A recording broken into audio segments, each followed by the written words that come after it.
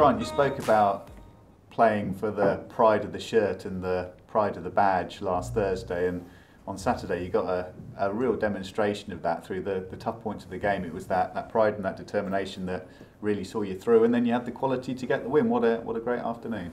I think you just hit the nail on the head. I think it was the quality that we showed second half. I thought we were outstanding.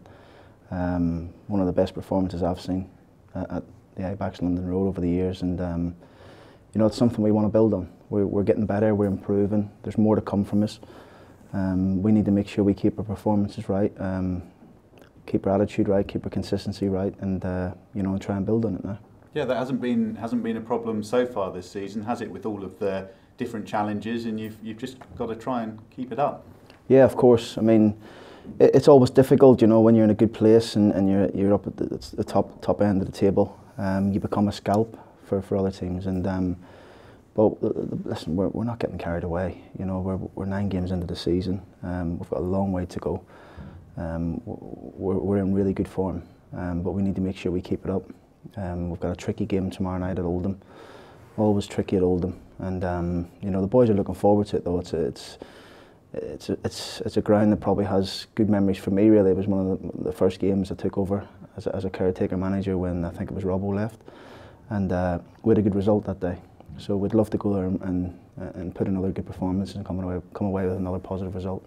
Does it make it trickier that they've just changed manager or are in the process of changing manager? Well, listen, that's Oldham's prerogative, really. Whatever happens at Oldham is nothing to do with me, really. What I'm more worried about is my team and making sure we're right on the day.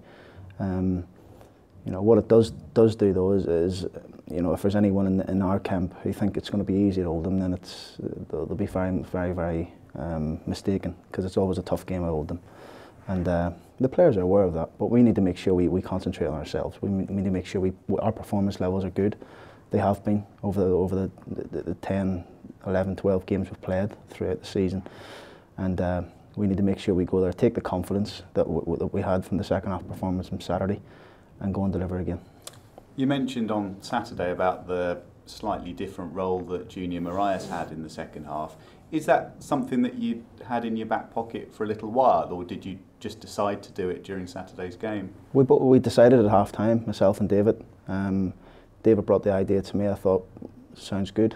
I thought it was a great decision that we moved him in there. It was more a case of we were probably getting overrun a little bit in midfield. They had 3 in there, we had 2. And that's the problem when you play a 4-4-2 at times, and teams play a 3 in there. It's, you know, it's okay saying we want to play 4-4-2 and we want to be expansive. You can get easily overrun, even in League 1 and League 2. Teams play a 3 against you. You're not quite sure when to press the ball. You're not quite sure when to sit off. You're scared to press the ball in case their number 10 receives it. Distances have to be good. The communication has to be good. And it just wasn't quite there for us in the first half. We were neither pressing nor sitting off them. We give them too much time, too much space, too much respect.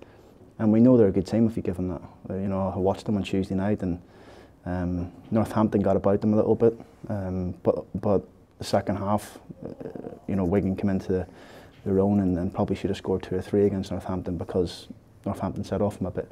So we knew the game plan going into the game. It wasn't intentional to set off them. It was more to get in their faces and stop them playing. But because of the way we set up, we couldn't really do that. The change in shape, the change in personnel definitely helped us.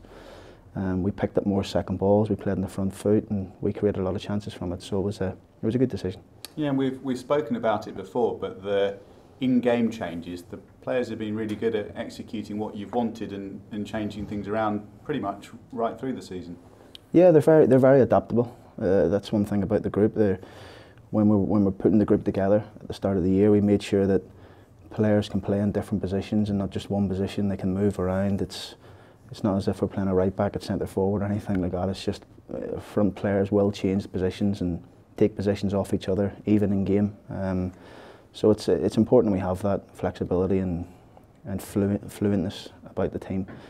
We have got that. We've got different players who can play in certain roles. You know, I think you've seen different players in playing certain roles already this season. So it's good to have that amongst the group. We've got many ways of playing, different ways of approaching the game against different opposition. So we need to make sure we keep building on it, keep learning on it, and keep improving on it. Yeah, and one of the more remarkable elements of Saturday's win, Jonathan Bond was struggling a bit with fitness ahead of the game. You certainly wouldn't have known it. Well, no, it's a testament to him. John did a fitness test with him, and Tyle did a fitness test with him at 11 o'clock on the training ground. I came to watch him to see if he was okay, and he looked fine. He was ready to play, but he's got through it. One thing we do need this year is players playing through a little bit of pain. I don't think down the years when I've ever played at 100%. You always have something a little bit sore, or stiff, or tired, or tight, or something somewhere as a football player. But you got to be strong enough. You got to be mentally strong enough to get through it. We've got a group who do that without taking unnecessary risks, like Guillon, for example. We don't want to be pushing somebody so they're injured for 6 to 8 weeks. We can't afford that. We haven't got a huge squad this year. We've got a good squad, but not a huge squad, and we've got to make sure everyone's good to go every game. Yeah, so with Guillon, that was groin. Will he have to sit out tomorrow, or could he be back in? Well, we'll know more over the next, probably the next 24 hours or so on Guillon. You know, it's a tricky one really, but we'll see. Listen, if Guillon says he's fit, he's fit. He's not one of these lads who wants to miss a game or anything. He's a top pro Guillon, and if he's fit, he's in our team. Yeah, and with Jonathan, what was actually up with him? He has a little tight calf, but it's nothing. We've had a scan on it and all sorts. There's nothing wrong. Nothing. It's going to keep him out for a long time anyway. But he's good. Bondi he hasn't received treatment from Saturday, so it's loosened off, and he's in a good place. And with Ricky Miller, he'd been feeling a bit under the weather. Is he feeling better now? Yeah, Ricky trained today. Trained well, so he'll come back into the squad tomorrow. It was important. We didn't want anything infectious about the team Thursday, Friday, so we kept him away, and he'll be back to good to go for Tuesday. Yeah, that must have been particularly frustrating for him, because he had the suspension for all that period of time, obviously itching to show what he could do. You probably had to lock him in his house or something. Yeah, of course. Well, listen, Ricky just needs to get his head down now and work hard. That's it. You know, he's at a good football club who we've all given him a chance here now, and we know he's a good player. He's a goal scorer. He needs to get his head down, work hard, prove to everybody what a good player he is, and you know, you just can't expect it. Sometimes you have to work hard for it to happen. You've seen that with Junior.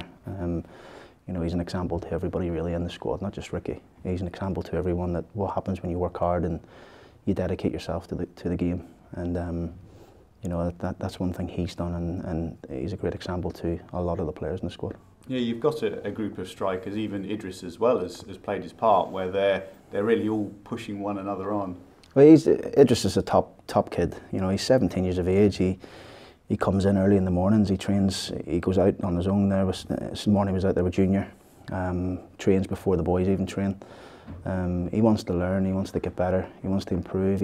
We can see every day in his training, you know, in different sessions that we've set up for him, even after training, that he's getting physically stronger. But listen, he's here. I know he's a young kid, but Idris is ready to play on our first team. Unfortunately for Idris and possibly Ricky, the front boys are on fire at the minute, you know, and it's difficult to break into that end of the pitch, into the team. So it's good that we have that competition, though. You know, the boys know if they step off it, the likes of Junior, Jack, Marcus, people like that, then we can replace them.